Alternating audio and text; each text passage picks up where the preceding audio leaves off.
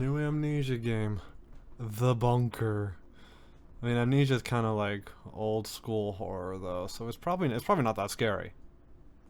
No! No, run! Shit! Oh, shit! Yeah, it's probably not that bad. Amnesia is, for myself and many others, one of the grandfathers of indie horror. Whether you played it yourself or vicariously experienced it through the iconic Let's Plays of someone like Markiplier or PewDiePie, the impact it's left on the genre has been unmistakable. This franchise is a part of indie gaming history, and until recently, I'd never actually played an Amnesia game myself. This is because I am a little bitch. I am a massively wimpy little pussy bitch when it comes to scary games. I love the horror genre though. I love horror movies, stories, even games, and real-life haunted houses. Despite how much I love horror though, if you drop me into a horror game, I instantly anamorph into a pathetic, shaking chihuahua. But enough about me. You're here for the bunker. You're here for war.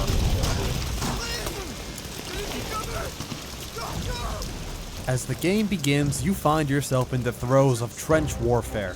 Make your way through obstacles and even enemy fire until you finally get caught in a dead end full of lethal gas. Well, looks like we're dead and I can stop playing this game. Just let me die! After a fuzzy flashback, you'll find yourself in an oddly peaceful segment of no man's land. Stranded just up ahead is your buddy Lambert. As a top-tier bro, we refuse to leave him behind. To safety. Just hold on to me. Together, we can escape. We can make it out of this hell. We can... Oh shit, the Germans! We're gonna die!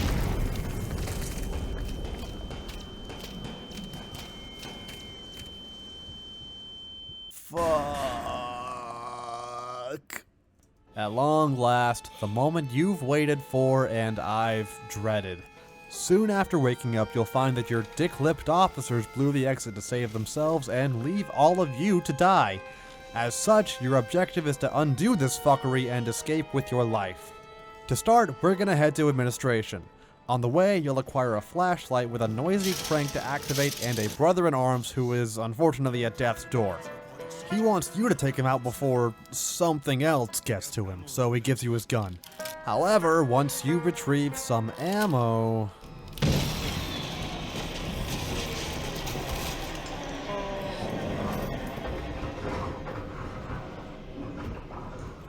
Delightful. In administration, you'll find the generator. This beautiful piece of machinery will keep the lights on, but requires fuel to operate. From here, however, the game is somewhat non-linear. Amazing. First order of business is to lift the emergency lockdown. Easy, just crank the... Oh, fuck you. After doing a little scavenging, we can find that the replacement crank is in Delisle's locker. After a bit more scavenging in the officer quarters, we find our way into Delisle's room and collect his coat. Smooth sailing from here.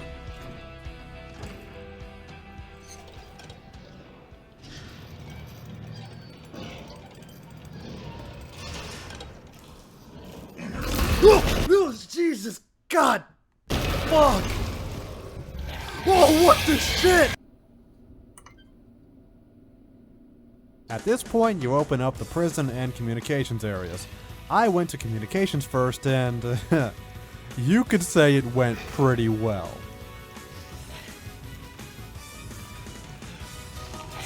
Oh! Oh no! No! No, run! Shit!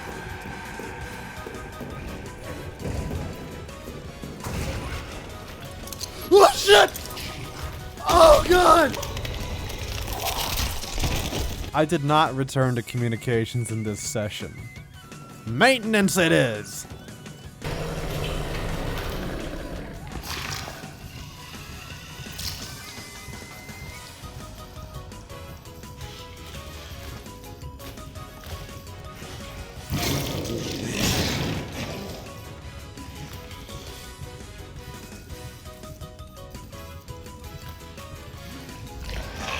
It was at this moment that he knew. He fucked up.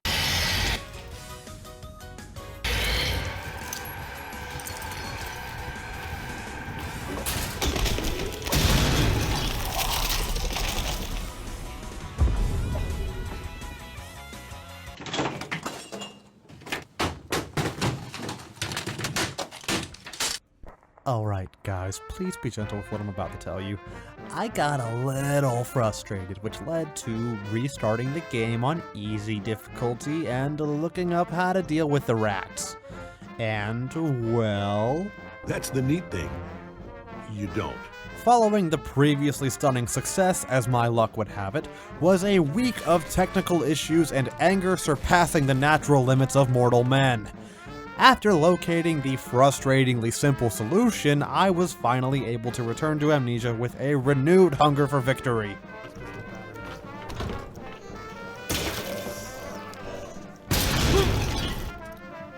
Not having a good time right now, man. Things continued to go very well. In order to access the pillbox, where we will find Stafford's key and subsequently the wrench, we must first pay our respects to the god who has abandoned us. The chapel. We're going to the chapel. Contrary to what you may expect, things are completely awful here too.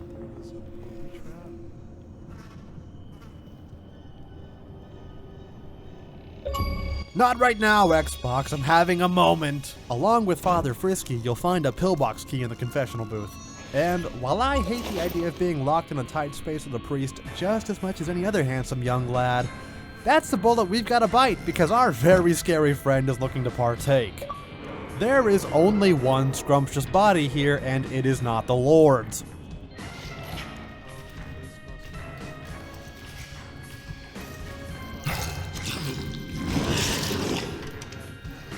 Moving on to the pillbox, you'll find that Stafford had a very fortunate death at the hands of the German army, rather than our special cuddle buddy in the walls. Snatch his tag and make your way back to grab the wrench from his locker. Next up is my favorite. Communications. The obstacle here, because our life constantly demands suffering, is that the lights and electronics are daisy-chained, essentially meaning we need to find all of the lights and turn them on. If you're like me, once you're done with that, you'll get lucky and find the communications key entirely on accident. Go into the locked room and activate the now-powered radio to get a code for the arsenal from one of the scum-sucking officers who left us to die in this god-forgotten hellscape. Amazing progress! Our last stop before we can move on to the arsenal is the prison, where only good things are sure to happen. Surprisingly, there is still a live prisoner in one of the cells. Unfortunately for him, however, the bolt cutters we need, and that I'm sure were used for torture, are in the cell with him. He will soon pay the ultimate price for the skilled issue of getting captured as we make our way into the warden's office. Without hesitation or emotion, we rip his only hope for survival from his desperate, defenseless hands as his cell is very loudly opened.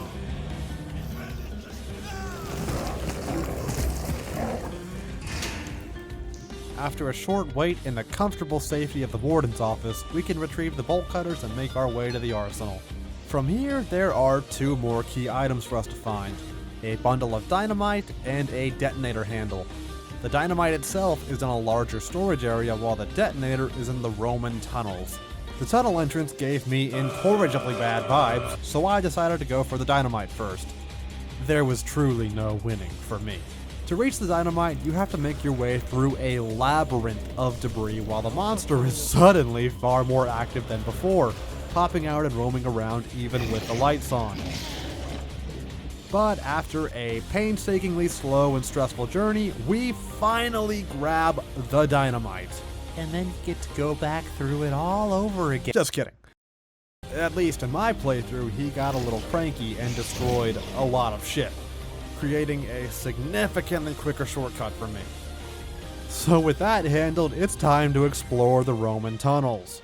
You're immediately greeted with what is, to me, one of the scariest horror game tropes: a flooded room. There is a machine to drain the water, but you have to loudly wade through that water to turn on the power switch at the other side of the room before turning right back around to then activate the machine itself. Past here, you'll encounter a camp through a long tunnel with a nice pair of eyeballs on the table. The tunnels are a pretty extreme shift. Unbeknownst to me at the time, the monster never actually makes an appearance here. So I was on my fucking toes waiting for this guy the whole time for no reason. In his place, however, is the previous owner of the aforementioned eyeballs, who we then graciously put out of his misery to obtain his shiny shotgun and the horrors. There's also these floating rocks, but I don't really know if that was supposed to be like a spooky magical thing, like the ghost walking around, or just a glitch. I mean, it was kind of neat though, so like I guess it's whatever, but I figured I'd throw it in. Remember that pit from the beginning? Well, if you have a keen eye, you'll find a hole you can crawl through to wind back up in there. Inside it, you'll find a rabbit doll and your buddy Lambert's tag. With those two important items acquired, you can finally make your way back through the horrors and to the exit. Place the dynamite, attach the handle, blow this shithole, and...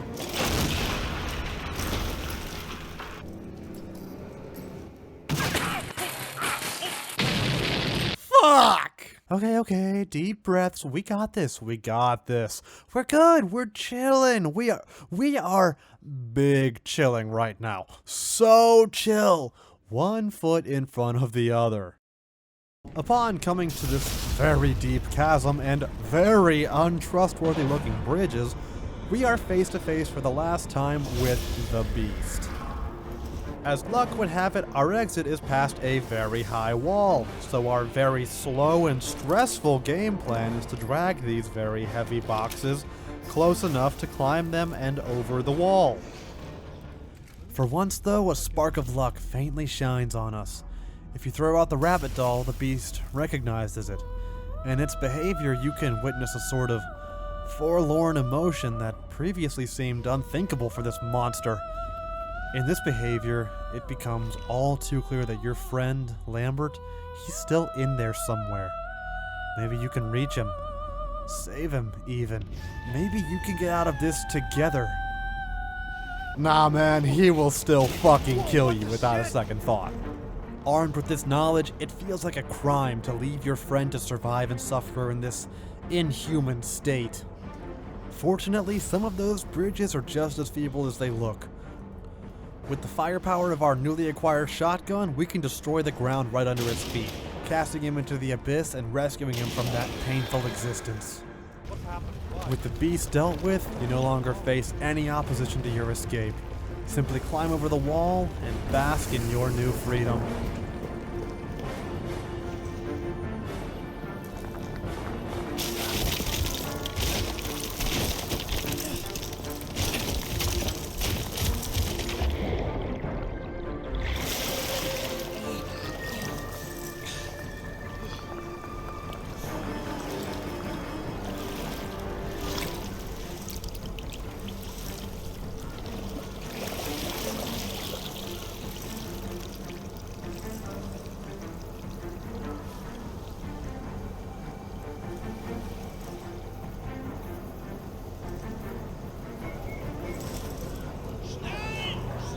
We're still at war. Oh fuck, the Germans!